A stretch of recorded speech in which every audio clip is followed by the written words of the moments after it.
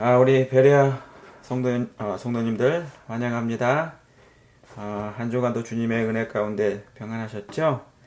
예, 저도 주님의 은혜 가운데 잘 보냈습니다. 이제 서서히 이제 따뜻한 바람이 불어오고 있지요. 예, 봄이 추운 겨울을 밀어내고 있습니다. 네, 우리의 마음도 이 시간 성령을 통하여 세상적인 것 그리고 죄적인 것 그런 모든 것을 밀어내는 선으로 악을 밀어내는 이 시간 되길 바라고 우리 하나님의 성령께서 우리 예수님의 아름다운 그 모습으로 우리의 마음을 변화시켜 주시기를 이 시간 간절히 간구합니다. 먼저 우리 갈라디아서 5장 24절을 좀 보시도록 하겠습니다. 갈라디아서 5장 24절입니다. 이 갈라디아서에 있는 말씀은 전부 다 영과 육에 대한 말씀이에요. 예.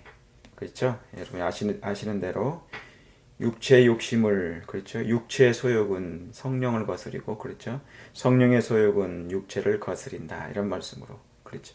그리고 육체의 일은 나오고 또 뭡니까? 성령의 열매가 나와요. 24절에 우리 읽겠습니다. 그리스도 예수의 뭐예요? 사람들은 육체와 함께 그 정과 욕심을 뭐예요? 십자가에 못 박았느니라. 만일 우리가 성령으로 살면 또한 성령으로 행할지니 헛된 영광을 구하여 서로 격동하고 서로 투기하지 말지니라. 그랬습니다. 아멘. 여기 이 말씀 보니까 그리스도 예수의 어떤 사람이 사람들이라고 했어요. 저와 여러분도 그리스도 예수님의 사람입니까? 네, 예수의 사람들이에요. 그리스도인들입니다. 그리스도인. 예수의 사람들이라는 얘기죠. 예, 정말 우리가 예수의 사람 같아요. 정말 우리가 예수만 알고 예수만을 위해서 살고, 그렇죠. 살아도 주를 위해서 살고 예수를 위해서 살고 죽어도 예수님을 위해서 살고 모든 일을 위해서 전부 다 누굽니까? 누구를 위해서요? 예수님 때문에. 그러므로 우리가 그리스도 예수의 사람인 거예요. 그러니까 우리 하나님께서 기뻐하시겠습니까? 기뻐하시죠. 이제 우리의 본성 속에 있는 사단의 뭡니까? 예, 정신. 사단의 정신의 표현이 죄라고 그랬어요. 죄는 사단의 정신의 표현이래요. 죄는 오묘인데 죄를 설명하면 설명이 안 돼요. 죄는 설명하면 오히려 죄를 옹호하는 것이 옹호하는 것이 되는 것입니다. 죄는 오묘인데 설명할 수 없는 것인데, 죄는 뭐냐면 하나님의 정부를 대항하여, 다시 말하면 사랑의 율법을 대항하는 사단의 정신이라고 그랬어요. 사단의 정신의 표현이라고 했어요. 그러니까 뭡니까? 예, 하나님의 사랑의 율법을 대항하는 그 사단의 정신의 표현이 죄인의 몸속에 있단 말이죠. 예. 그래서 예수의 사람들은 그게 뭐예요? 사단의 정신의 표현이 없어야 돼요. 하나님의 사랑의 율법을 대항하는 그런 싸우는 정신이 사라져야 되는 것입니다. 예. 그래서 예수의 사람은 육체와 함께, 여기 정과라는 게 뭐냐면 정욕을 얘기합니다. 정욕과 욕심을 십자가에 어떻게 해요? 못 박았느니라고 했어요. 그래서 여러분, 우리는 매일 우리 매일 뭐합니까? 날마다 뭐하노라? 죽노라. 그래서 십자가에 우리 자아를 못 박습니까? 이 자아를 사랑하는 정신을 십자가에 못 박아요. 그렇죠? 그런데 못 박았는데 내가 그리스도와 함께 십자가에 못 박혔나니 그런즉 이제는 내가 산 것이 아니오 내 안에 그리스도께서만이, 예수의 사람만이, 정말 그리스도께서만이 살아 계셔야 되는데 어떻게 돼요? 다른 게 또 있습니까? 또 살아나요. 왜 또 살아나죠? 내가 육체와 함께 정욕과 욕심을 십자가에 못 박았잖아요. 못 박았는데 또 살아나. 못 박혀 죽었는데 또 부활해요. 왜 부활해요? 여러분, 우리가 이 땅에 사는 한, 이 땅에서는 그 죄의 뿌리가 뭡니까? 이 땅에 사는 한 죄의 뿌리가 뭐예요? 불멸이에요. 예. 언제까지 불멸해요? 예수님 재림 전까지. 재림 때까지. 그리고 뭡니까? 그러니까 예수님 오시기 전까지는 사단이 살아있기 때문에 뭡니까? 그것이 있는 거예요. 뭐가? 우리 안에. 예. 그래서 내가 날마다 죽어도 이게 또 살아나고 또 부활하는 것이죠. 예. 그러니까 뭡니까? 사실은 이게 이 싸움은 뭐냐면 언제까지 죽느냐의 싸움이에요. 뭐가요? 자아가. 죽을 때까지, 예수님 재림 때까지 죽어야지 승리하는 거예요, 이게. 그러니까 예수님 어느 때까지는 신앙 잘하다가 어느 때까지는 나중에 뭡니까? 멈추고 스탑해버리면 어떻게 돼요?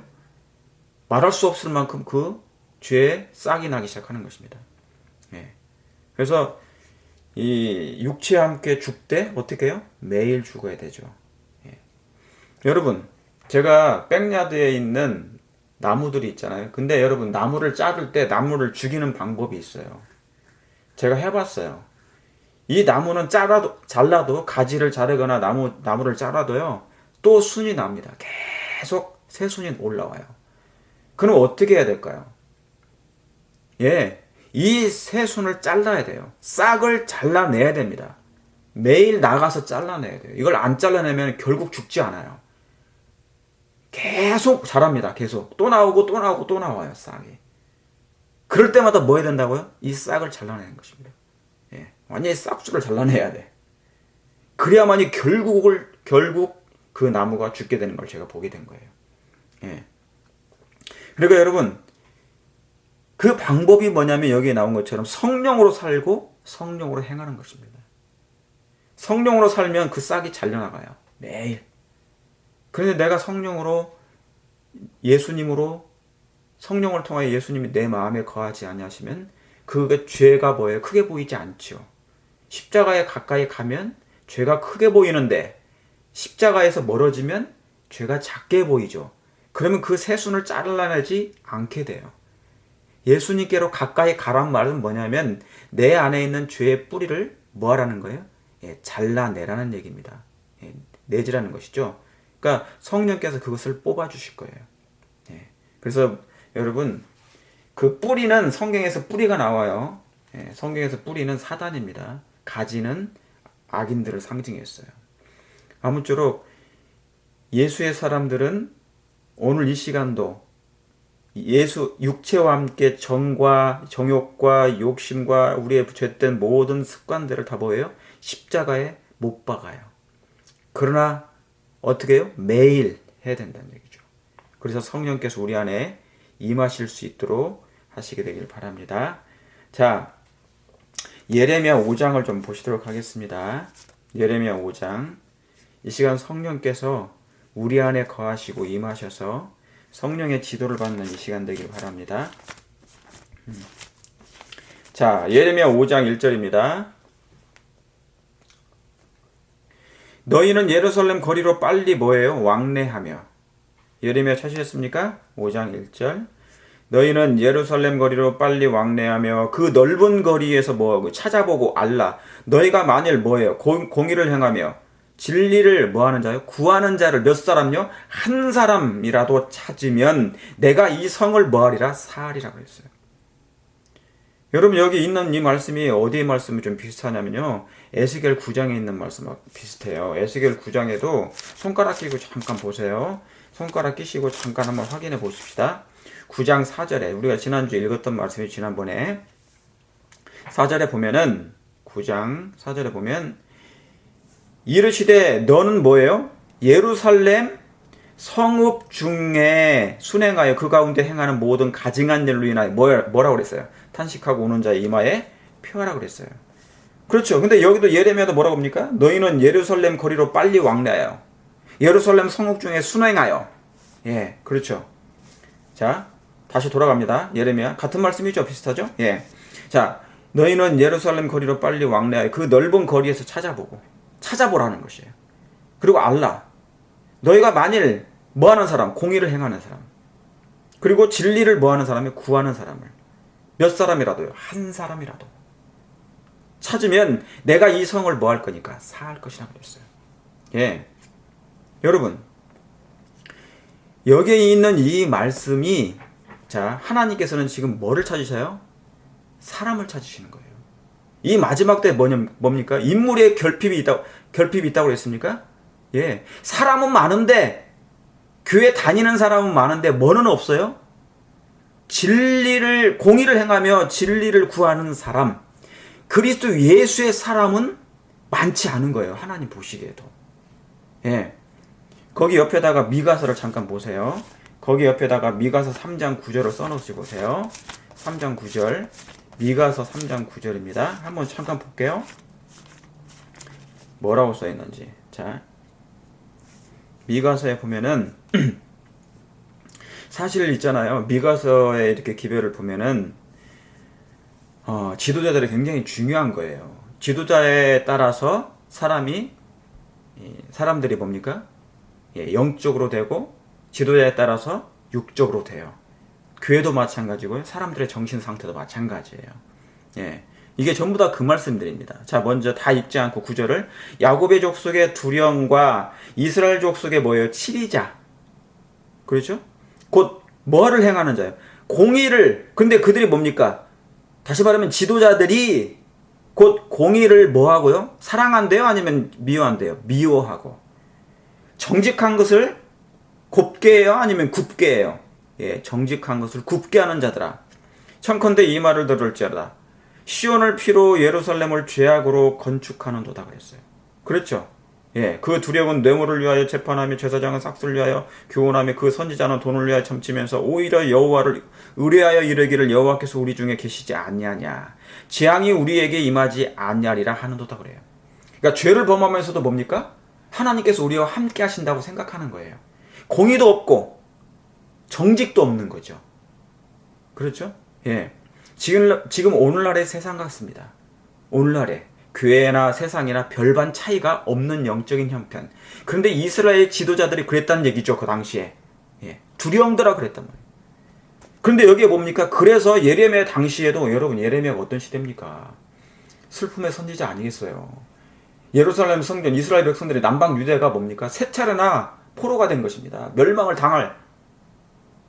하나님의 율법을 순종치 아니하고 말씀에 순종치 아니하니까 뭐예요? 포로가 되는 상태, 멸망 직전에 있는 상태에 있어요.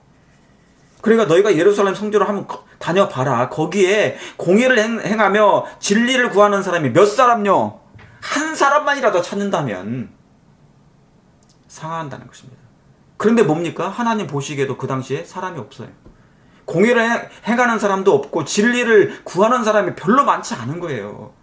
화해 부인은 진리를 극도로 싫어한대요. 마지막 백성들이.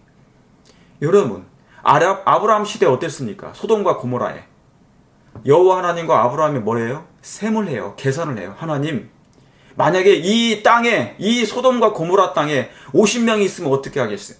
50명이 있으면 멸망하시겠습니까? 아니다. 40명은요? 30명은요? 20명은 어떻겠습니까? 10명은요? 그러니까 보니까 점점 숫자가 줄어요, 안 줄어요? 줄어요. 그만큼 의인이 있는 것입니까? 없는 것입니까? 없는 것이죠. 그런데 예수님이 뭐랍니까? 롯의 시대와 같이 마지막 내가 오기 직전에도 이 세상은 그러하리라 그랬어요. 그런데 여기에도 보니까 뭡니까? 그 당시에, 예레미야 당시에도 하나님 보시기에도 그렇고 공의를 행하고 진리를 구하는 사람이 한 사람이 없었어요. 그러니까 여러분, 여기 이 말씀을 생각하시면서 창세기 아마 18장이에요. 창세기 18장도 거기다 같이 기록을 해놓으시면 됩니다. 예. 그래서 여러분, 하나님은 지금 뭐를 찾으셔요? 한 사람을 찾으세요. 여러분, 그 한 사람이 여러분 되기를 정말 원하십니까? 시대적인 사람이에요. 이 사람은 시대적인 마지막 징조예요. 이 사람들은 그 한 사람이 정말 공의를 행하고 진리를 구하는 사람, 모두가 다 악을 행하는데 진리를 구하는 사람, 모두 다 뭡니까? 악을 구하는데 공의를 행하는 사람, 모두 다 정직이 없는데 정직한 사람. 그게 바로 뭡니까? 인물의 결핍. 나침반이 남북을 정확하게 가리키듯이 그런 사람이 부족하다는 얘기죠. 죄를 죄라고 지적할 수 있는 사람, 그 사람들이 부족하다는 것이죠. 사무엘 당시에도 여호와의 구원은 많고 사람의 많고 적음에 달리지 않았다고 그랬어요. 그 한 사람. 그래서 여러분, 성경은 한 사람 이야기입니다. 여러분, 하늘에서도 죄가 시작됐을 때 천사가 몇 사람이에요? 한 사람부터 시작했어요. 한 천사부터. 루스벨부터 시작했어요. 이 땅에서 죄의 시작도 한 사람부터 시작했어요. 그게 누굽니까? 아담이죠. 로마서 5장 보시겠습니다. 로마서 5장 보세요. 5장 12절에 이러므로 한 사람으로 말미암아 어떻게 해요? 죄가 세상에 들어오고 5장 12절 한 사람으로 말미암아 죄가 계속 지금 한 사람 얘기합니다. 한 사람으로 말미암아 죄가 세상에 들어오고 죄로 말미암아 사망이 왔나니 이와 같이 또한 뭡니까? 이와 같이 모든 사람이 다 뭐예요?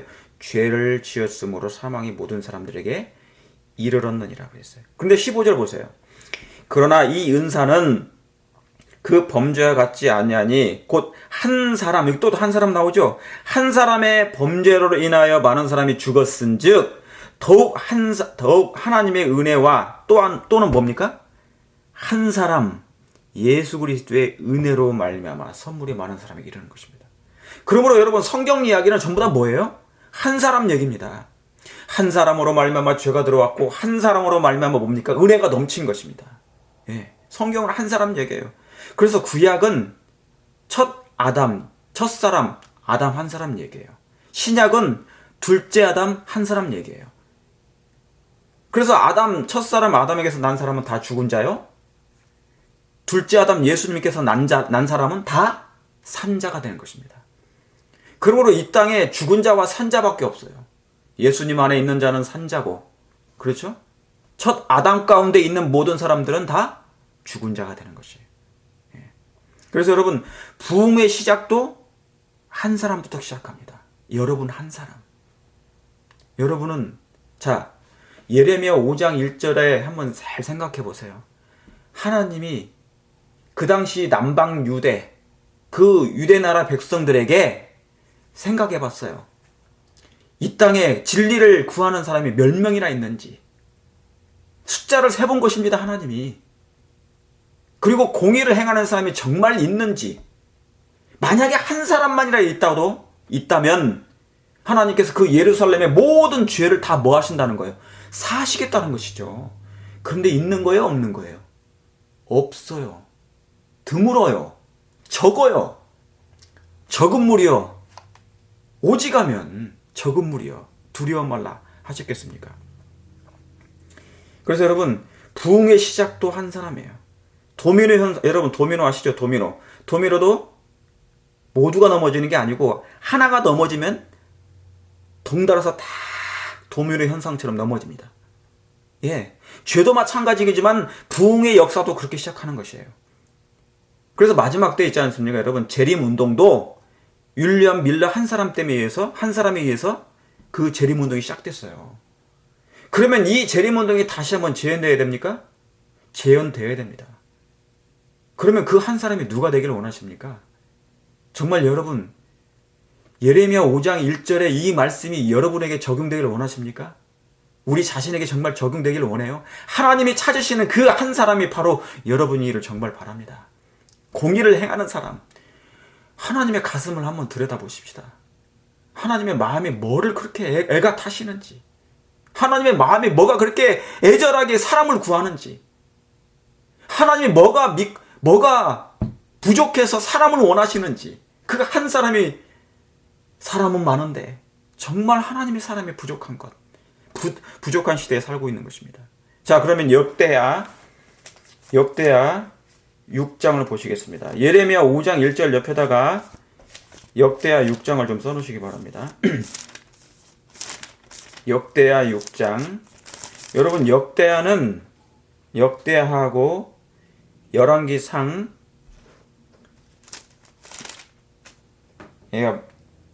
처음에 있는 부분을 같은 얘기예요. 솔로몬이 성전을 지은 얘기입니다. 자, 역대 6장. 자, 1절에 먼저 보시겠습니다.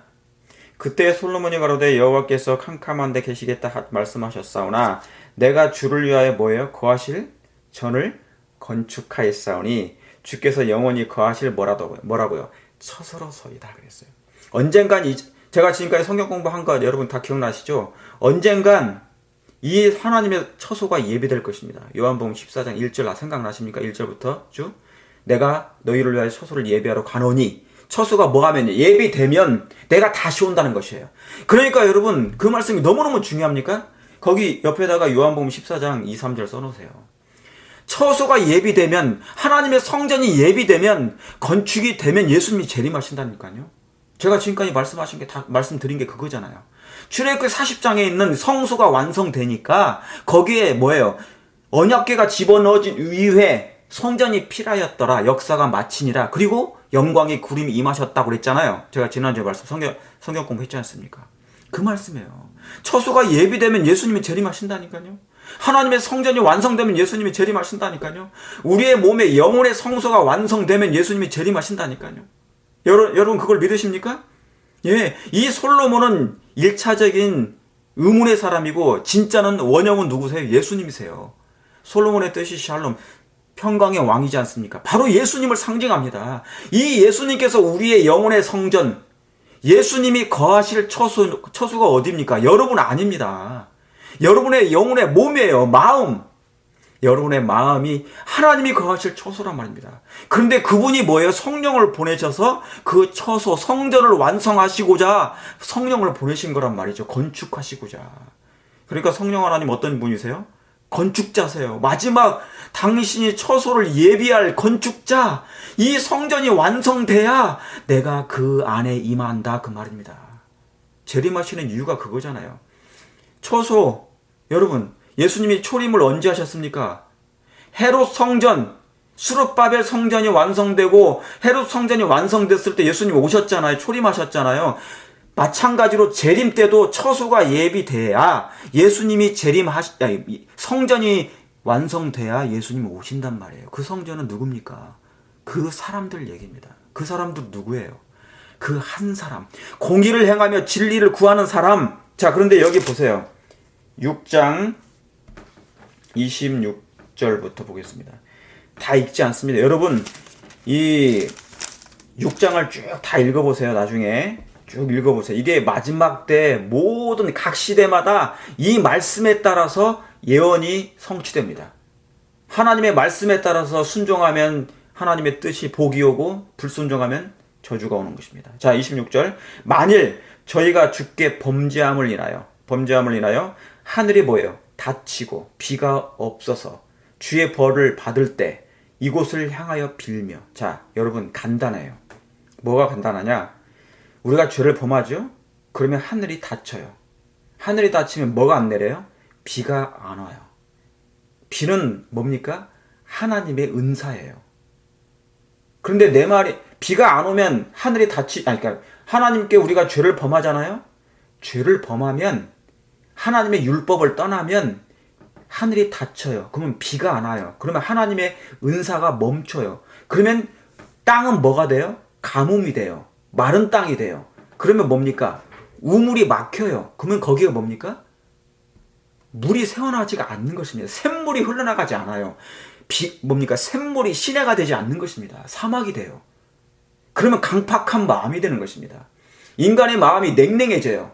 그러면 그 영혼은 뭡니까? 마른 땅이 돼서 멸망당하는 것입니다. 거기에 뭐가 안 나는 거예요? 열매가 안 나는 것이죠. 싹이 안 나요. 그런 것입니다. 그렇죠? 그러니까 죄를 범하면 안 돼요. 죄를 범한다 그 뜻은 뭐냐면 하나님의 율법을 범한다 그 말입니다. 하나님의 말씀과 상관없이 산다는 얘기죠. 여러분 우리 지난주에 교과 공부했죠. 거룩함이란 하나님과 일치되는 삶을 사는 것이다 그랬어요. 거룩함이란 하나님과 일치되는 것이다. 그리스도와 같이 되는 것이다 그랬어요. 뭐가? 품성에 있어서. 그렇습니까? 예. 자, 그래서 26절에 그 말씀이에요. 제가 다 읽지 못해요. 자, 28절. 만일 이 땅에 기근이나 온역이 있거나 자, 세상에 기근이 옵니다. 앞으로 미래에 기근이 옵니다. 아모스 8장 11절입니다. 기근 옆에다가 써놓으시기 바랍니다. 만일 이 땅에 기근이나 온역이 있거나, 지금 한국에 뭡니까? 바이러스들이 많죠? 이 한국에는 뭐가 있어요? 막 구제역도 생기고 뭡니까? 조류 뭐 때문에 막 닭을 다 죽였잖아요. 그죠? 예. 기근이나 온역이 있거나, 곡식이 시들거나, 깐부기가 나거나, 메뚜기나 황충이나, 그렇죠? 황충이 나거나, 그 다음에 뭐예요? 적국이 와서 뭐를 에워싸거나, 성읍을 에워쌀 때. 자, 이 말씀은 여러분 마지막 때 하나의 예언입니다. 자, 한 나라를 성읍을 에워싸는 일은 뭐냐면, 백성들이 죄를 범했기 때문에 적국이 와서 에워싸는 일을 하는 것입니다. 이스라엘 백성에게 느부갈네살 왕이 와서 바벨론이 에워쌌어요. 그렇죠? 그러므로 이스라엘이 멸망하고 유대가 멸망했습니다. 이 사건은 마지막 때 한번 다시 재현됩니다. 이 마지막 미말 때. 제가 오늘은 이 말씀을 드릴 시간이 없어요. 왜요? 이것은 에워싼다, 그 말은 뭐냐면 양심을 강요하는 일과 같습니다. 그래서 마지막 때 다시 한번 하나님을 믿는 사람들을 이 세상 정치와 종교가 연합하여서 에워싸게 될 것입니다. 그래서 우리의 마음을, 양심을 강요하게 될 것이고, 종교의 자유를 억압하는 일이 에워싼다, 그 말입니다. 그래서 적국이 온다는 얘기예요. 그래서 하나님이 이걸 허락하신다고 그랬어요. 제가 이것은 나중에 하겠습니다. 오늘은 못해요. 시간이 없어서. 자, 적국이 와서 성읍을 에워싸거나 무슨 재앙이나 질병이 있든지 물어나고, 또 여기 뭐가 나옵니까? 29절에? 예, 한 사람이나 혹은 주의 백성 이스라엘이 다 각각 자기의 마음에 이 재앙을 깨닫고, 고통을 깨닫고, 여러분이 예언적인 안목을 가지고 있어야 됩니다. 지금 여러분 미래가 보이십니까? 다니엘에게 하나님께서 보여주셨던 미래에 대한 예언을 보고 다니엘은 뭡니까? 수일을 혼절했습니다. 금식했습니다. 왜요? 미래에 이 유대 땅의 이 말, 그 멸망을 보고, 이스라엘 백성이 하나님을 떠나는 것을 보고, 율법을 무시하고 진리를 극도로 싫어하고 예수님을 거절하는 그것을 보고 멸망하는 것을 예언적으로 보게 됐어요. 이상을 보고 그가 수일 동안 앓고 그가 혼절하여 금식 가운데 살았습니다. 기도함으로. 마지막 때 이 사건이, 이 예언이 다시 한번 재현될 것인데, 혹시 그런 일이 다시 한번 미래에 있거든, 여러분 그게 보이십니까? 앞으로 미래에 여러분의 나라에, 미국이나 한국이나 이 세상에 임할 그런 재앙을 보거든, 이제 그것이 있죠. 보거든 몇 사람이나 그 한 사람이 바로 여러분이 되기를 하나님이 원하신다, 그 말입니다. 이 한 사람이나 혹은 몇 사람이 그것을 깨닫거든 이 전을 향하여 손을 펴고 기도와 무슨 간구를 하라는 얘기입니다.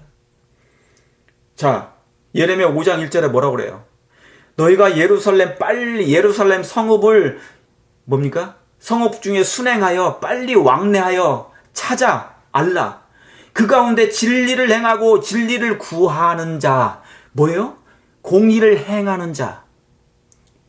여러분, 말씀을 정말 여러분 구하십니까? 갈급해 하세요? 정말 진리를 구하는 사람입니까? 하나님의 말씀을 갈급해서 사모해서 그 진리를 정말 구하고 계세요? 그러면 여러분은 정말 그 한 사람 중에 한 사람 중에 한 사람입니다. 예레미야 5장 1절에 하나님이 말씀하신 그 한 사람이 바로 여러분이라, 그 말입니다. 저는 여러분이 그 한 사람이 되기를 원해요. 그런데 여기에도 뭡니까? 그 한 사람이 있단 말입니다. 만일 이러한 일이 생기거든, 그 한 사람이 기도하라는 얘기죠. 만약에 그 한 사람이나 이스라엘 백성이 그 전을 향하여, 하나님을 향하여 기도하고 간구하라는 얘기입니다. 여러분, 자, 역대하 지금 우리가 읽었던 이 29장에 있는 말씀을 제가 이제 지금 드렸습니다. 자, 그런데 이 한 사람이 누구니 잠깐 살펴볼게요. 다니엘 6장입니다. 다니엘 6장.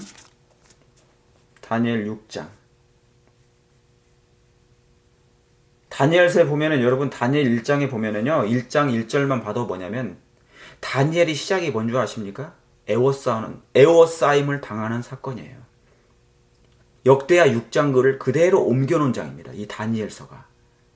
그래서 하나님의 말씀에 불순종했을 때 적국에게 애워싸임을 당해요. 그랬죠?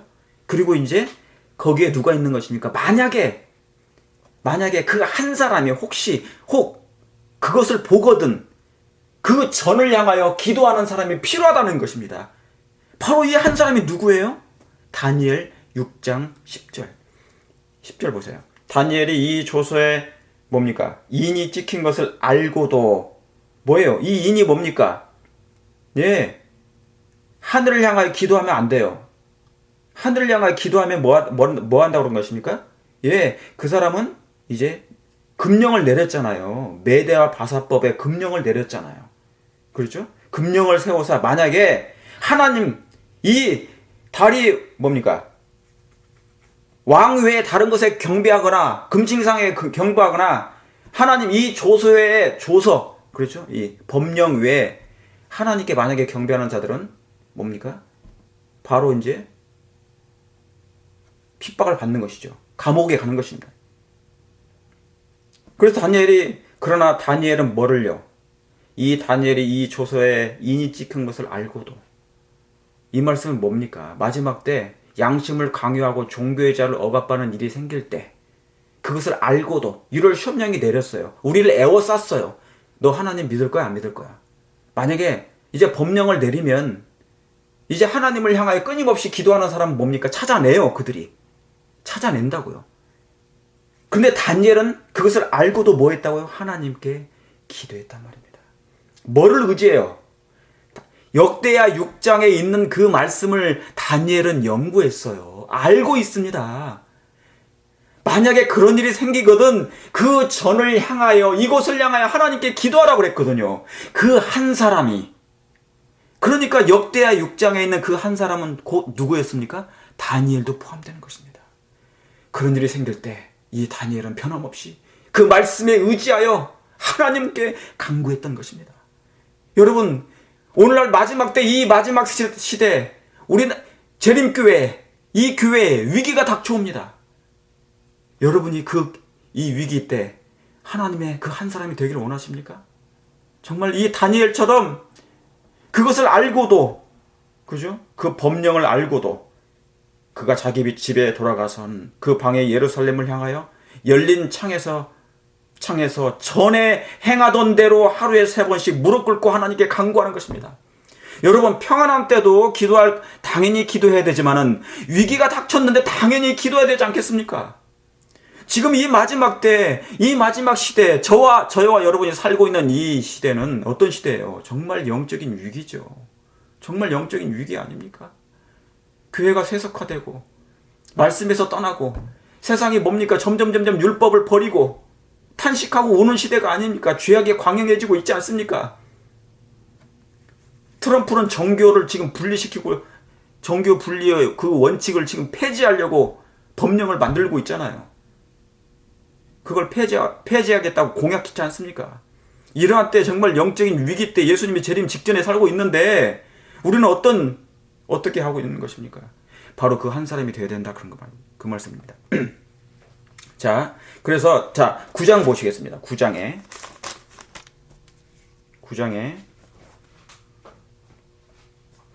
9장 3절에도 그 말씀이 있습니다. 9절 3장에도 내가 금식하며 베옷을 입고 죄를 무릅쓰고 주 하나님께 기도하며 간구하기를. 다니엘 9장에 있잖아요. 여러분 다니엘은 포로 가운데 있었어요. 포로 가운데 있었는데도 불구하고 뭐를 생각했어요? 뭐를 본 것입니까? 하나님의 말씀을 연구한 사람이에요. 그거는 포로가 됐어도 뭐를 가지고 다닌 사람입니까? 성경을 가지고 다닌 사람이었어요. 여러분 저와 여러분이 혹시 우리 교인들이 많은 사람들이 핑계와 변명을 많이 해요. 나는 일 때문에 바빠서 성경 볼 시간이 없다고. 나는 이런 일 때문에 성경도 뭡니까? 때로는 안식일도 지킬 때도 없어요. 지킬 수도 없는 때도 많이 있어요.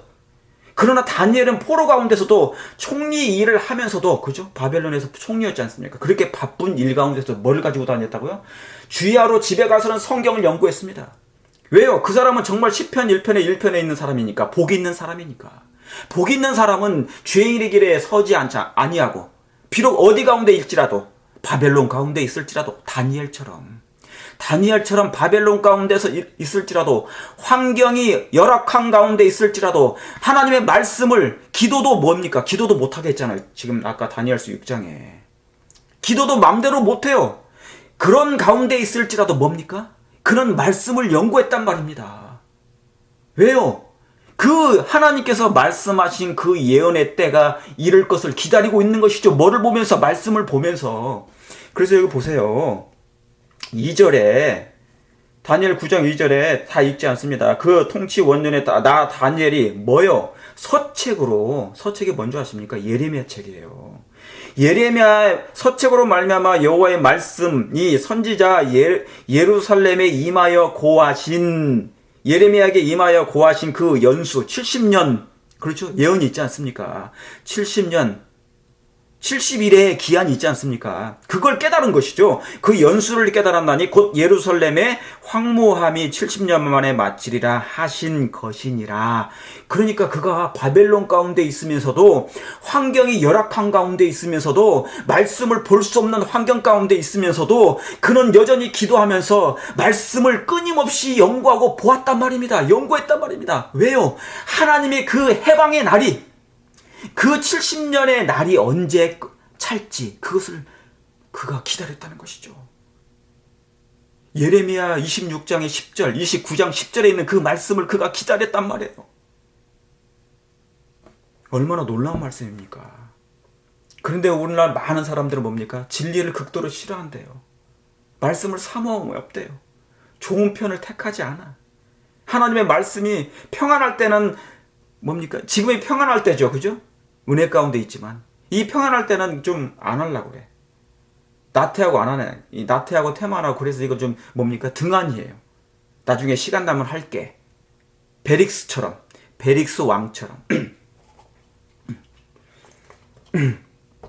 자, 그런데 3절에 그때 그 연수가, 예언의 때가 다 되는 것을 보고, 때가 차는 것을 보고 3절에 내가 금식하며 베옷을 입고 제 무릎을 쓰고 주 하나님께 뭐 했다고요? 기도하며 간구하기를 결심하고. 그래서 여러분, 다니엘은 정말 이 예루살렘 성중에 순행하여 찾아보고 알라, 공의를 행하며 진리를 구하는 바로 그 한 사람이었습니다. 이스라엘 백성이 위기 가운데 멸망 직전에 있을 때 그는 그 말씀을 연구하고 하나님께 간구했던 사람입니다. 여러분, 재림교회의 위기가 다가오고 있습니다.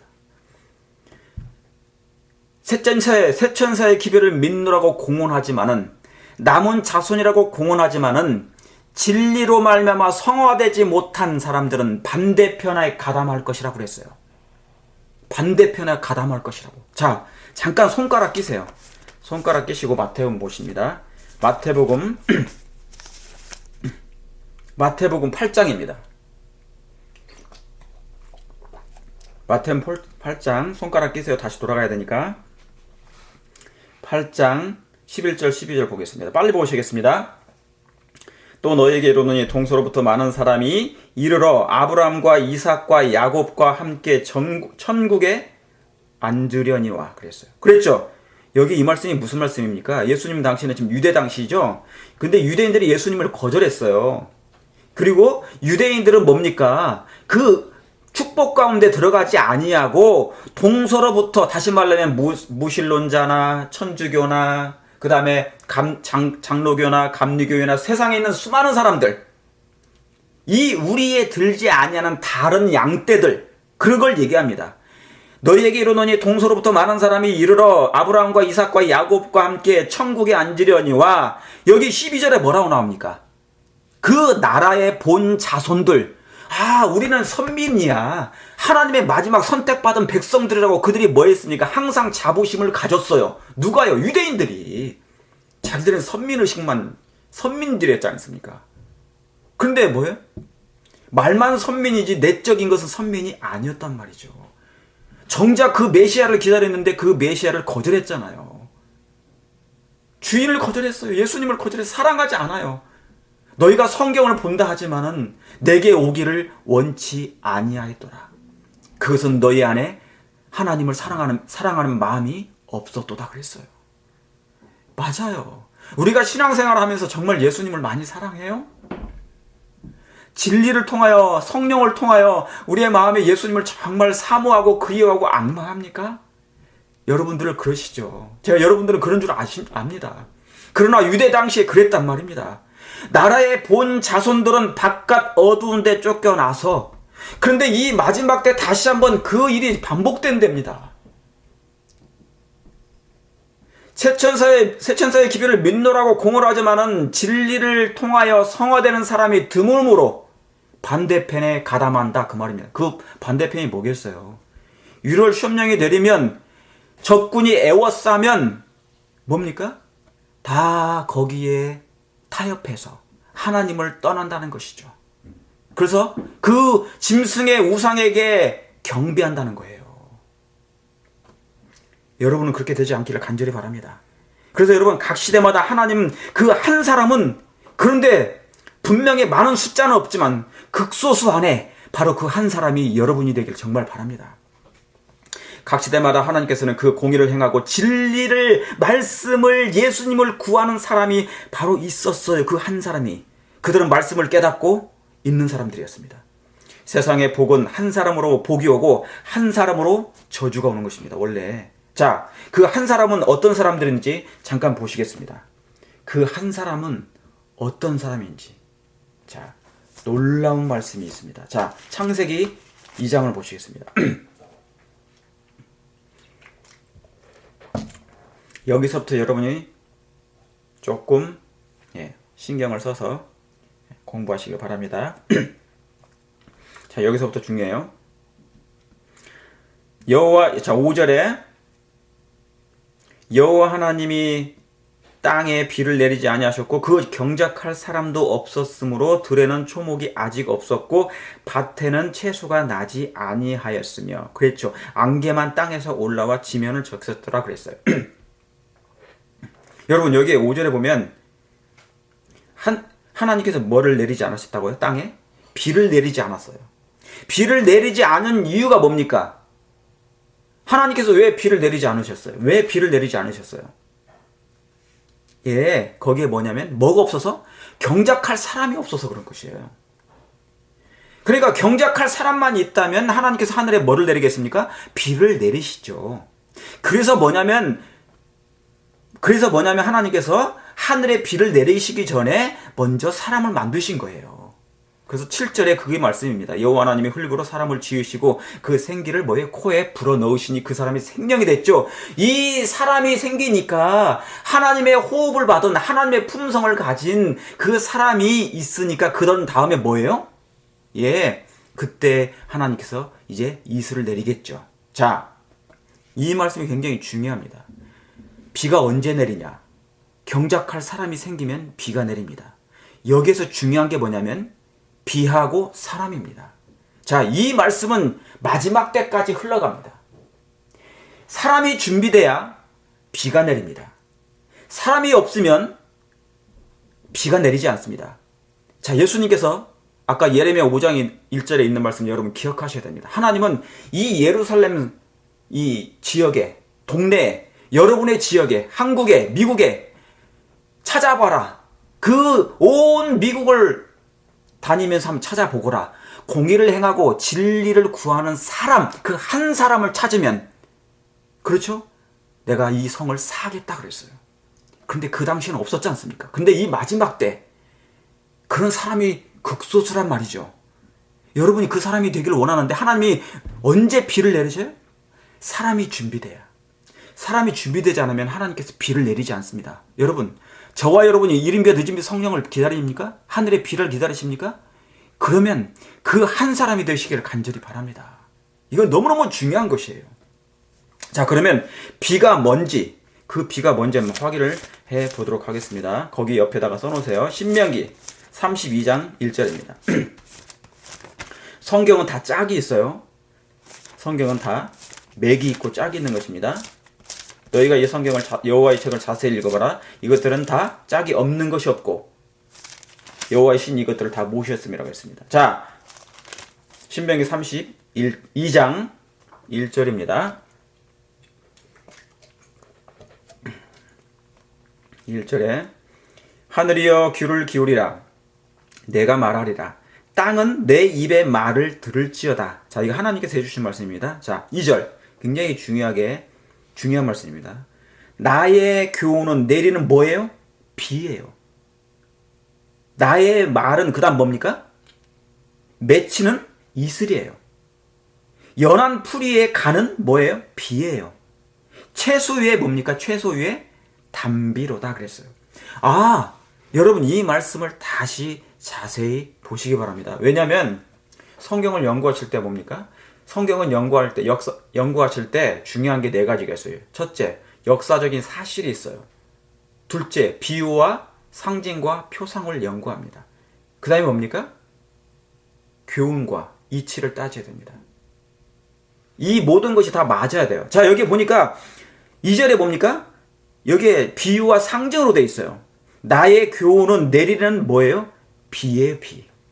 그러니까 이 교훈은 뭐예요? 하나님의 교훈, 예수님의 입술에서 나오신 그 모든 교훈은 뭐예요?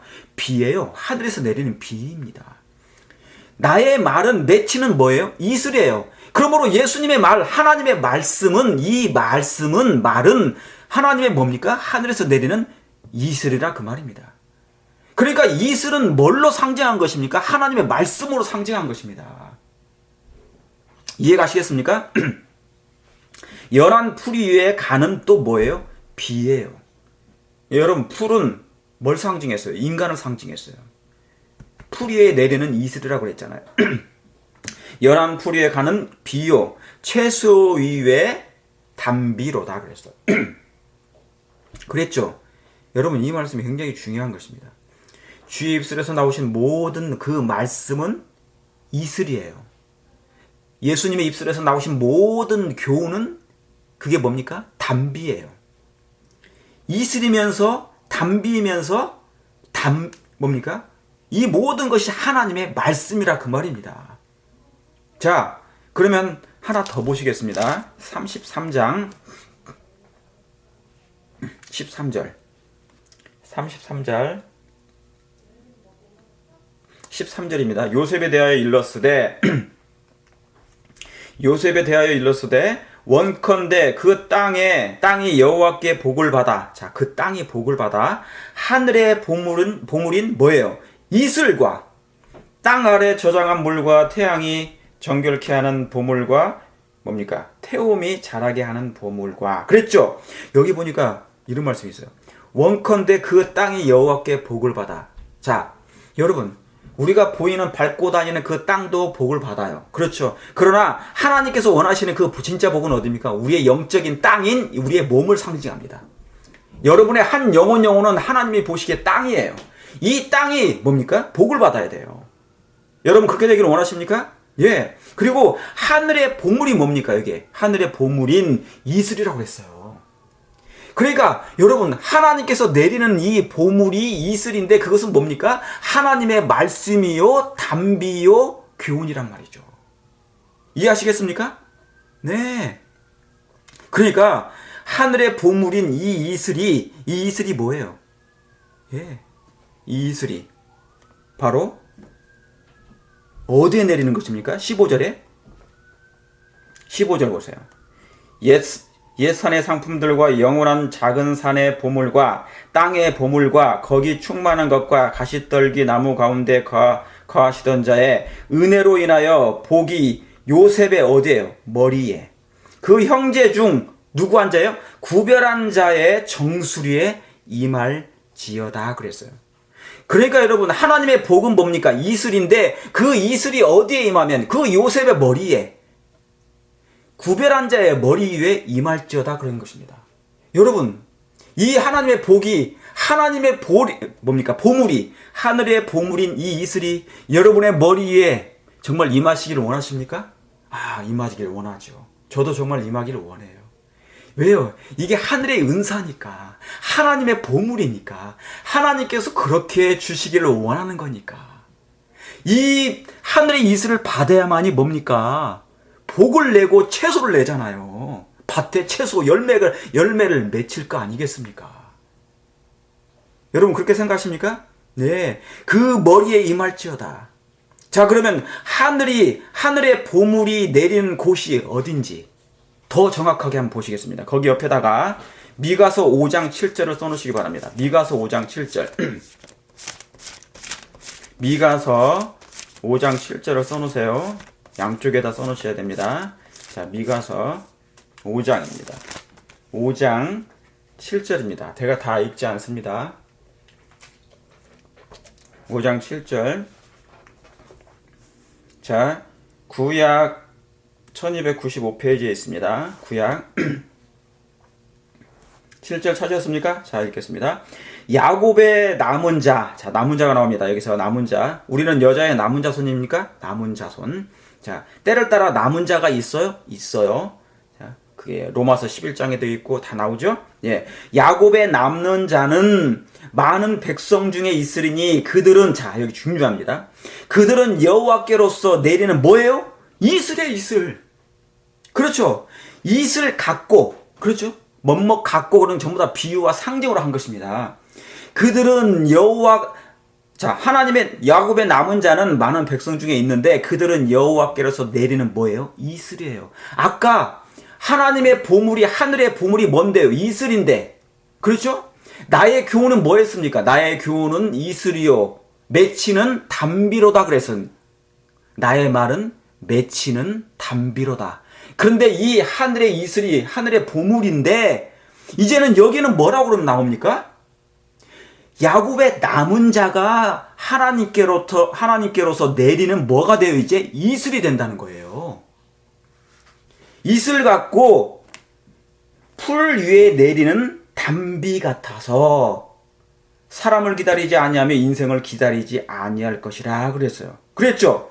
여러분, 여기 굉장히 아까 놀라운 말씀입니다. 아까는 그 뭡니까? 하나님의 말씀이, 그리스도 예수님의 말씀이, 교훈이 이슬이요. 그분의 말씀이 담비인데 그것이 하늘의 보물이었는데, 그래서 요셉의 머리 위에 임하였는데, 그렇죠? 구별한 사람들에게 내렸는데, 이제는 이 미가서에 보니까 이 이슬은 뭐예요? 남은 자가 이슬이 되는 것이에요. 이해가시겠습니까? 예. 바로 이 담비와 이 비와 이슬은 하나님께로부터 내리는 이슬인데, 복인데, 바로 이 이슬이 누구라고요? 이제 사람으로 상징한다 그 말입니다. 영혼들을 상징한다 그 말입니다. 바로 남은 자들을 상징하는 것이라 그 말입니다. 뭐가요? 이슬이. 그 담비가. 여러분 이해가시겠습니까? 그 사람들은 구별될 백성이요. 특별히 예레미야 5장 1절에 공의를 행하는 자, 너희가 이 땅에 이 도시에서 찾아봐라. 공의를 행하며 진리를 구하는 그 한 사람이 어떤 사람인지. 창세기 2장 5절에 하나님께서 땅에 아직 비를 내리지 아니하신 이유가 경적할 사람이 없었어요. 그래서 비가 내리지 않은 것이에요. 야, 여기에 놀라운 말씀이 있는 것입니다. 예수님의 교훈은 비요. 그분의 교훈은 비요, 이슬이요. 그분의 말씀은 담비였는데 이제는 그 이슬과 담비가 누구예요? 사람을 상징한 것입니다. 여러분이시여, 남은 자는 많은 백성 중에 있으리니 그들은 여호와께로서 내리는 이 이슬 같고 풀 위에 내리는 담비 같아서. 이 말씀이 얼마나 놀라운 의미가 있는지 모릅니다. 그러므로 여러분이시여, 남은 자는 하나님의 이슬이 되면서 남은 백성들은 하나님의 뭡니까? 담비가 되는 것입니다. 그러므로 저와 여러분이 하나님의 처소가 예비되면, 준비되면, 사랑이 충만하면, 예수님이 내 마음에 완전히 완성되면 그 사람은 하나님의 이슬이요, 하나님의 담비가 하늘로부터 내리는 백성이 된다 그 말입니다. 여러분 이 말씀 이해 가십니까? 이게 바로 뭐냐면 하나님의 보물이라 그 말입니다. 왜요? 이 보물이 하나님께로부터 내리는 거니까. 너무나 중요한 말씀이에요, 이 말씀이. 여러분 이 말씀 정말 이해 가십니까? 자, 그러면 이 사람들은 왜 하나님의 이슬이요 담비가 될까? 보시겠습니다. 거기 옆에다가 마태복음 13장을 넣어놓습니다. 13장, 마태복음 13장 51절입니다. 2절입니다. 제가 다 읽지 않습니다. 이 말씀만 읽겠습니다. 마태복음 13장 52절. 찾으셨습니까? 읽겠습니다. 예수께서 가라사대 그러므로 천국에 제자된 서기관마다 마치 뭐 같과요? 새 것과 옛 것을 어디에서요? 곳간에서 내어오는 집 주인과 같으리니 그랬습니다. 여러분, 이 말씀이 무슨 말씀인지 아십니까? 이 말씀은 제 말씀이 아니에요. 제가 그냥 생각해서 지어낸 말씀이 아니고 당신의 선지자가 주신 말씀이에요. 예언의 선물에 있는. 이 말씀은 뭐냐면 천국에 제자된 서기관마다 그 당시 제자들을 얘기했습니다. 사도들을, 12사도들에게 제자된 서기관마다 마치 새 것과 옛 것, 새 것과 옛 것, 이게 뭐예요? 그 곳간에서 꺼낸다 그랬습니다. 주인이. 이 새 것과 옛 것이 뭐예요? 구약과 신약입니다. 다시 말씀드리면 하나님의 말씀, 거기 옆에다가 써놓으세요. 새 것과 옛 것 옆에다가 계시록 11장 써놓으세요. 거기에 두 기름 부음 받은 자가 있죠? 두 기름 부음 받은 자가 바로 성경, 신약과 구약입니다. 바로 이 제자들은 그들의 마음 가운데 뭐예요? 새 것과 옛 것, 곧 성경, 구약과 신약을 마음에 뭐예요? 새긴 자들이라 그 말입니다. 다시 말하면 여러분의 곳간에 예수님을 사랑하는 백성들, 하나님의 백성들 마음 가운데 그 한 사람 안에, 제가 아까 말씀드렸던 예레미야 5장 1절에 그 한 사람 제자의 마음 가운데 율법을 보관한 자, 하나님의 율법이 들어가 있어요.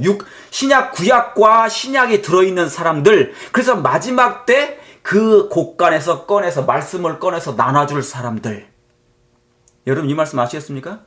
다시 말씀드리면 걸어다니는 성경이에요. 여러분이 하나님의 율법의 보관자들입니까? 보관자들입니다. 진리의 보관자들입니까? 진리의 위탁자들입니다. 여러분은 뭡니까? 마음판에 하나님의 율법이 있는 사람이에요? 사랑의 율법이 있습니까? 있는 사람들입니다. 그렇게 되길 원하십니까? 되길 원해야 되죠. 그게 바로 뭐니까? 처수가 예비된 사람들이니까. 그 사람은 복 있는 사람들이니까. 그 안에 하나님의 율법이 뭐예요? 새겨진 사람들이니까. 성령을 통하여 새겨진 사람들이니까. 그 사람들은 성령을 통하여 하나님의 형상을 회복된 사람들이니까. 그러므로 그 안에서 하나님의 신구약이 있는 사람이니까. 그러니까 뭐예요? 여러분은 뭡니까? 하나님의 말씀이에요. 왜요? 신구약이 다 있으니까 마음에. 하나님의 말씀의 사람이니까. 그러므로 그 사람은 하늘에 뭡니까? 그게 곳간이에요. 여러분은 하나님의 곳간이라고요. 하늘의 보물이라고요. 왜요? 여러분 속에는 그 한 사람 속에는 뭐가 들어가 있으니까? 하나님의 말씀이 통째로 들어가 있으니까. 하나님의 품성이 그대로 들어가 있으니까. 사랑은 율법의 완성이 들어가 있으니까. 여러분 이해하시겠습니까? 그러므로 마지막 하나님의 형상으로 지음을 받은 그 사람들은 하나님의 율법이요, 하나님의 성경이요, 하나님의 품성이요, 예수님 품성 그 자체입니다. 그렇게 준비돼야 된다 그 말이에요.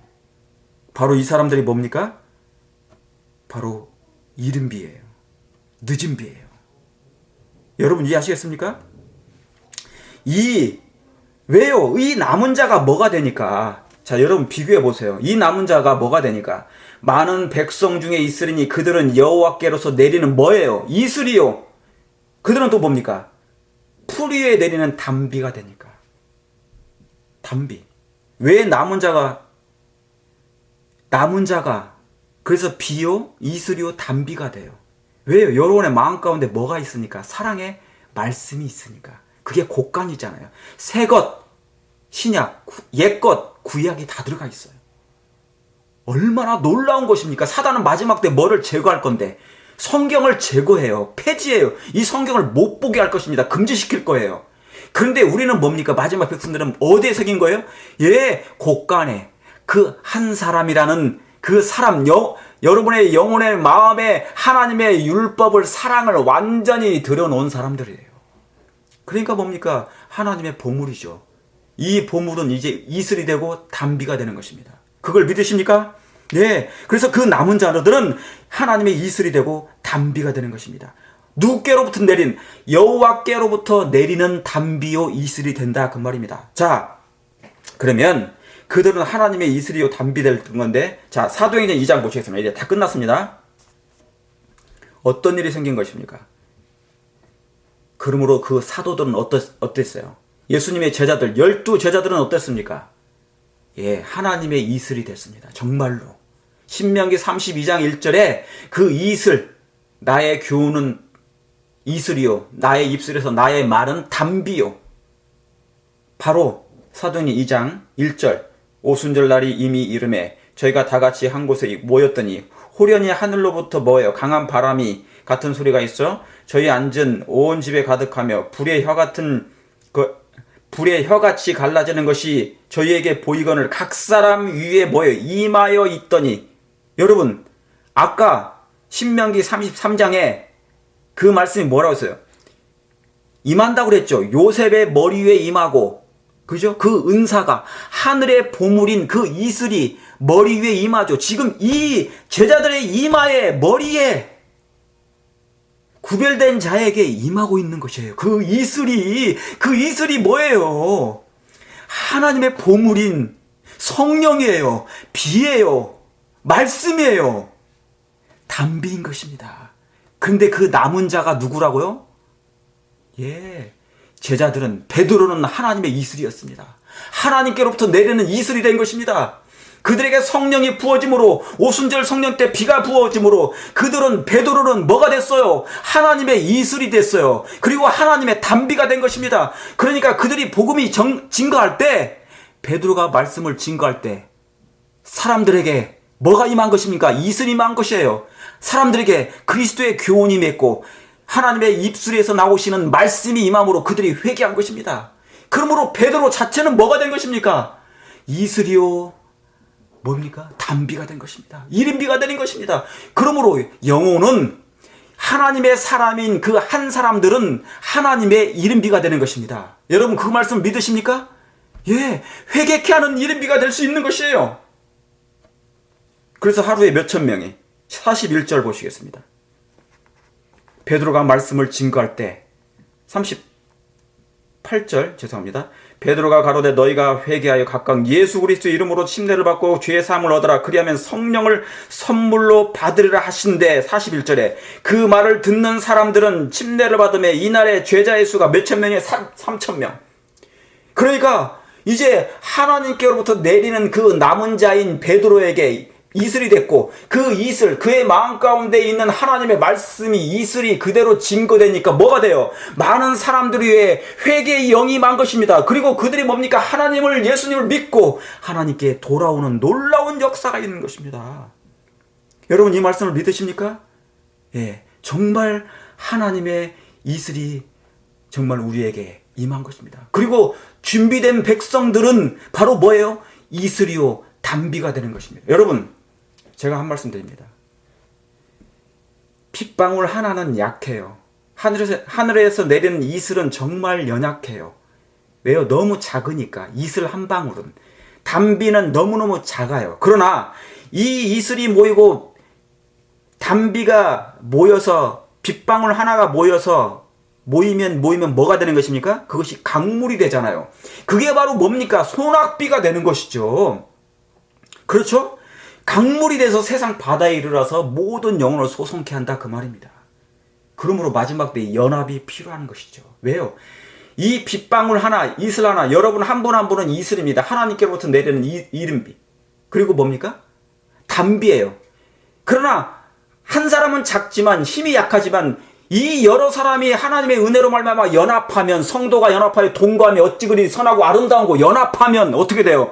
놀라운 강이 되어서 세상 바다에 이르러 놀라운 하나님의 영광, 그 영광이 드러나게 될 것이라 그 말입니다. 여러분, 이 말씀 믿으십니까? 이 한 말씀 보고 읽겠습니다. 마치겠습니다. 시편 110편하고 마치겠습니다. 시편 110편, 이 말씀을 읽고 마치겠습니다. 시편 110편 3절입니다. 죄송합니다. 제가 빨리 끝내려고 시간이 너무 지체되지 않게 하려고 이렇게 하는데 안 되네. 그래서 말을 좀 빨리 돌리는데도 잘 안 돼요. 자, 막 또 비염까지 많아져가지고 자 3절에 읽겠습니다. 주의 권능의 날에 주의 백성이 거룩한 옷을 입고 즐거이 헌신하니 뭐예요? 무슨 이슬 같은? 새벽 이슬 같은 주의 청년들이 어디게요? 주께 나오는도다 그랬어요. 사랑하는 성도 여러분, 하나님 보좌로부터 흘러내린 그 기름이, 그 물이 흘러나가 어디에요? 강이 되어 바다에 이르러 바다에 있는 모든 영혼을 소성하는 정말 치유의 강이 여러분의 몸으로부터, 마음으로부터, 입술로부터 흘러나가게 되길 바랍니다. 바로 여러분은 마지막 때 여기 있는 이 말씀처럼 주의 권능의 날이 곧 오십니다. 예수님의 재림의 날이 곧 올 거예요. 여러분 예수님의 재림을 기다리십니까? 사모하십니까? 그러면 그날에 주의 백성이 거룩한 옷을 입고 정말 즐거이 헌신할 뿐만 아니라 이제 새벽 이슬 같은 주의 청년들이 이제 주님께 나오게 될 것입니다. 바로 여러분이 새벽 이슬입니다. 단비가 되어 이슬이 되어 세상에 있는 수많은 영혼들에게 마지막 복음을 증거할, 그래서 그들에게도 이른비가 내리고 그래서 회개함으로, 그렇죠? 예. 여러분이 복음을 전할 때 사람들이 여러분의 안에 있는 그 새 것과 옛 것으로 말미암아 옛 것으로 성령을 통하여 그 말씀을 통하여 그들이 회개해요. 그게 바로 이른비입니다. 그래서 하나님께서 남은 자들은 이슬이요 단비라고 하셨던 것입니다. 오늘 이 말씀대로 여러분 이해하시고 깨달으셔서 하나님의 단비요 이슬인 하늘의 보물인 여러분이 되시길 바라면서 오늘 말씀을 줄이겠습니다. 네.